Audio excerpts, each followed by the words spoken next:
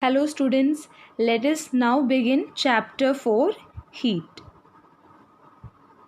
In chapter 3, you learn that woolen clothes are made from animal fibers.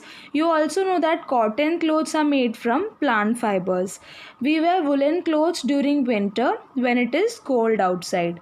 Woolen clothes keep us warm. We prefer to wear light colored cotton clothes when it is hot. These give us a feeling of coolness. You might have wondered why particular types of clothes are suitable for a particular season. Now, in the previous chapter, we have studied that woolen clothes are obtained from animal fibers. We know that wool is obtained from sheep, camel, yak, etc. And we also know that cotton fibers are obtained from plants, plant fibers. So, depending on the weather, we wear clothes. For example, in winter, we wear woolen clothes. On the other hand, during summer, we wear cotton clothes which are light colored because when we wear such clothes, we get a feeling of coolness. So, you must have often wondered that why do we wear different clothes depending on seasons. In winter, you feel cold inside the house. If you come out in the sun, you feel warm. In summer, you feel hot even inside the house. How do we know whether an object is hot or cold? How do we find out how hot or cold an object is? In this chapter, we shall try to seek answers to some of these questions. Now, as I told you before, depending on whether we wear clothes. We wear woolen clothes when it is cold, that is during winters, because woolen clothes trap heat and keep our body warm. On the other hand, during summers, we wear light colored cotton clothes as these keep us cool. In this chapter, we will find out why particular types of clothes are suitable for particular seasons. Also, we shall try to get answers regarding how to find out whether an object is hot or cold, etc. Next topic, hot and cold. In our day-to-day life, we come across a number of objects. Some of them are hot and some of them are cold. Tea is hot and ice is cold. List some objects you use commonly in table 4.1. Mark these objects as hot or cold. Now, we come across different types of objects in our day-to-day life. Right? Out of these, some are hot and some are cold. Now, let us classify the objects in the following table as hot or cold. Here we have first object which is ice cream, and that is obviously cold or cool. Secondly, we have spoon in a teacup. If the teacup is hot, then the spoon will be warm. Fruit juice, it will not be warm or hot, therefore fruit juice is cool or cold. Handle of a frying pan. Now, if the frying pan is on the stove, then the handle of the frying pan will be warm or hot. Similarly, in our day-to-day life, we come across a number of objects which are hot or cold. Do not touch objects which are too hot. Be careful while handling a candle flame or a stove. We see that some objects are cold while some are hot. You also know that some objects are hotter than others while some are colder than others. How do we decide which object is hotter than the other? We often do it by touching the objects. But is our sense of touch reliable? Let us find out. Now, let us try to understand if our sense of touch is reliable. As we often know if an object is hot or cold by touching the object. We come to know that some objects are hotter than the other. So, we should not touch objects that are very hot because our hands may burn. So, we should be careful while handling a candle flame or a stove. Next, activity 4.1. Take 3 large mugs, label them as A, B and C. Put cold water in mug A and hot water in mug B. Make sure that water is not so hot that you burn your hand. Mix some cold and hot water in mug C. Now dip your left hand in mug A and the right hand in mug B. After keeping the hands in the two mugs for 2 to 3 minutes, put both the hands simultaneously in mug C. Do both the hands get the same feeling? In this activity, we have to fill the water in 3 containers or mugs A, B and C.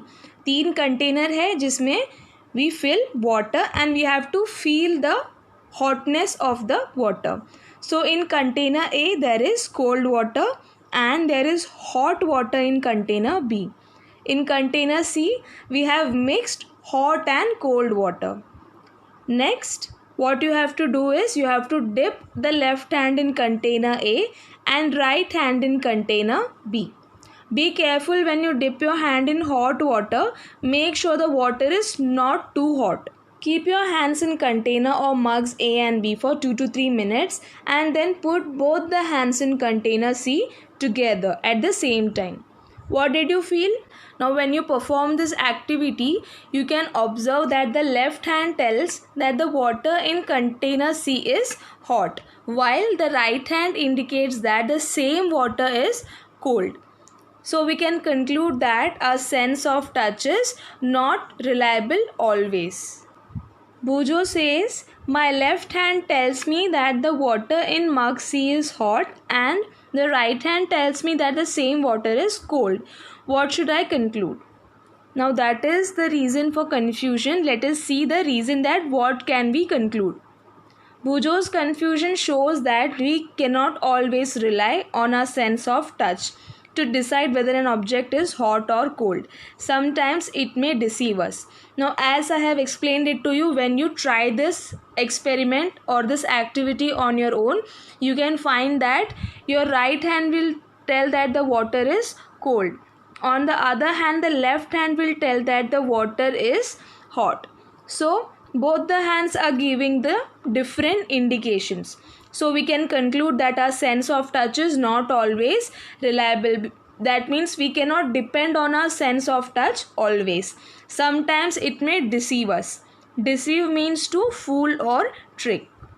Then how do we find out how hot an object really is? A reliable measure of hotness of an object is temperature. Temperature is measured by a device called thermometer. So, for finding the actual hotness of an object, we have a reliable measure. Reliable means dependable. So, we have a dependable measure which is temperature. Temperature is measured by a device called thermometer. So, what is temperature? It is a reliable measure of hotness of an object. So here temperature is measured using a device called thermometer. We can say that thermometer is used for measuring the temperature.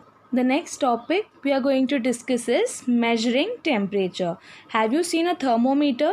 Recall that when you or someone else in your family had fever, the temperature was measured by a thermometer. The thermometer that measures our body temperature is called a clinical thermometer. Hold the thermometer in your hand and examine it carefully. If you do not have a thermometer, request your friend to share it with you. A clinical thermometer looks like the one shown in figure 4.2. A clinical thermometer consists of long, narrow, uniform glass tube. It has a bulb at one end. This bulb contains mercury.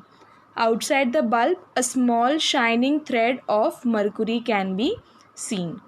When you visit a doctor because of fever, your body temperature is checked by the doctor. Now, how does he do that? He uses a device and the temperature of your body is measured.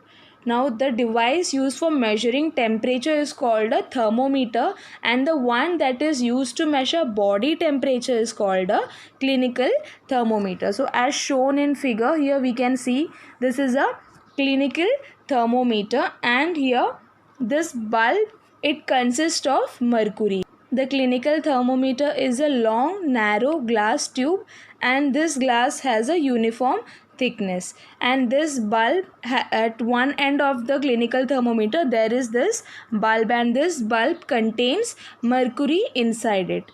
and outside the bulb a thread of mercury can be seen here as shown in picture. We can see that the mercury indicates the temperature. So there is a shining thread of mercury outside the bulb. If you do not see the mercury thread, rotate the thermometer a bit till you see it. You will also find a scale on the thermometer. The scale we use is called the Celsius scale, indicated by degree Celsius. Now, if you do not see the thread of mercury, you can rotate it a bit. You can rotate the thermometer a bit and then you can see this thread of mercury. Now there is a scale on the thermometer using which we can find the body temperature in degree Celsius. So we measure the body temperature in degree Celsius and it is written or indicated by this degree and C, which is Celsius. So the scale is a Celsius scale and we measure the temperature in degree Celsius. There is other scale called Fahrenheit scale, which is indicated by degree F. So Fahrenheit scale was used earlier. A clinical thermometer reads temperature from 35 degrees Celsius to 42 degrees Celsius. So the reading of a clinical thermometer is from 35 degrees Celsius to 42 degrees Celsius.